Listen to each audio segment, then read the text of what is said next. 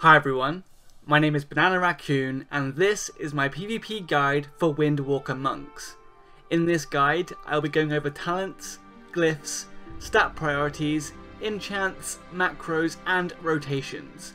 If you would like to skip to a specific section, you can click on the title of each part to skip to that section, but I would recommend watching the entire guide so you can get a full understanding of the Windwalker spec in PvP. I would also advise turning on annotations, as I'll be using annotations should anything change throughout the season. Let's start with talents. On the first tier we have Celerity, Tiger's Lust and Momentum. Here you'll either choose Celerity or Tiger's Lust. Celerity adds an additional charge to roll and chi torpedo, as well as reducing the cooldown by 5 seconds. Tiger's Lust is a dash that also removes roots and snares. With Chi Torpedo used in our burst for damage, Celerity can be nice for more bursts as well as mobility. Which one you choose will depend on the comp you're facing. If you feel like you're going to be kited and constantly slowed, Tiger's Lust is a good choice, otherwise Celerity. Remember, Tiger's Lust can be applied to friendly targets, so if one of your teammates is trying to kite, you can give it to them to help them out. On the second tier we have Chi Wave, Zen Sphere and Chi Burst. Currently, Chi Wave is the most viable talent to take. When bursting it does a ton of damage as well as a nice healing output. On the third tier we have Power Strikes, Ascension and Chi Brew. Here you'll generally want to take Chi Brew. Chi Brew allows you to start building brew stacks instantly as well as giving you Chi. Ascension is okay due to the energy regeneration and the increased maximum Chi, but more or less in every situation I'd say Chi Brew is better. On the fourth tier we have Ring of Peace, Charging Oxwave and Leg Sweep. For pretty much every situation in Arena you'll be going with Leg Sweep. It's a 5-second AoE stun which is incredibly powerful. Charging Oxwave is sometimes used if a ranged stun is needed, and Ring of Peace can be good in RPGs. On the fifth tier we have Healing Elixirs, Dampen Harm and Diffuse Magic. Here you'll want to choose between Healing Elixirs and Diffuse Magic. To put it simply, when your enemy's comp damage is mainly magical, you will take Diffuse Magic for the 90% reduction, and if not, you'll want to go with Healing Elixirs. On the sixth tier we have Rushing Jade Wind, Invoke Zwen, the White Tiger and Chi Torpedo. Here you'll want to take Chi Torpedo. Not only does it have nice mobility, it also does a nice amount of damage and healing, particularly when bursting. When it comes to using Chi Torpedo, you'll need to judge if you want to use it for gap closing, create distance, damage or healing. And finally we have Hurricane Strike, Chi Explosion and Serenity. Here you'll either be choosing Chi Explosion or Hurricane Strike.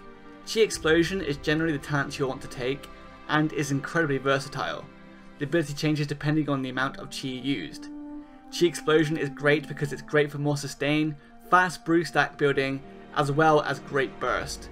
Hurricane Strike is good, it does do a lot of damage when bursting, but it does take setup to use efficiently, as it does damage to your nearest target. Make sure you can get someone alone, or stay on top of your target when using Hurricane Strike. When it comes to glyphs, Touch of Death is the only one I'd say is mandatory. You'll need to use Touch of Death the second your target hits 10%, and if you have no Chi, you might lose your kill chance. The Glyph of Karma is a glyph I'd recommend as it allows you to use Karma at range. Otherwise, I'd recommend Paralysis if you feel like your Paralysis target will have dots on them. Glyph of Flying Fists for the increased range of Fist and Fury. Or the Glyph of Freedom Roll to remove snares when using Roll, Chi Torpedo and Flying Serpent Kick. For minor glyphs, the only one you really need for PvP is the Glyph of Blackout Kick for the damage increase. The stat priority for Windwalker monks is Versatility, Crit / Multi-Strike, Haste and then Mastery.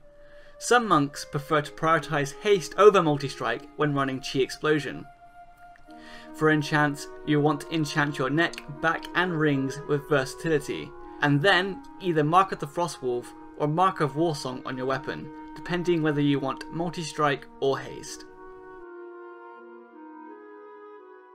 For my macros, I use a thing called modifying. What this means is if I press Shift, Control or Alt, it will do something different. This is my clone macro. If I don't use a modifier, it will cancel my aura. If I use Shift, it will use Storm, Earth and Fire on Arena 1, Control will do it on Arena 2, and Alt will do it on Arena 3. This is my Detox macro. No mod will cast Detox on myself, Shift will do it on my healer, and Control will do it on my DPS. This is my Disable macro. No mod will do it on Arena 1, Shift will do it on Arena 2, and Control Arena 3. This is my Focus Kick macro. This is my Touch of Colour macro. No mod will do it on my current target, and Shift will do it on my focus. This is my Paralysis macro. No mod does it on Arena 1, Shift does it on Arena 2, and Control on Arena 3. This is my Ring of Peace macro. No mod will do it on me, Shift on my DPS, and Control on my healer. This is my Surging Mist macro. No mod will cast it on me, Shift will cast it on my healer, and Control will cast it on my DPS. This is my One-Shot macro. This puts my Tiger Eye, Brew, and my Unused Trinket in one macro. This is my Tiger's Lust macro. No mod will cast it on me, Shift on my DPS, and Control my healer. And this is my Zen Sphere macro. No mod will do it on me, Shift on my DPS, and Control on my healer.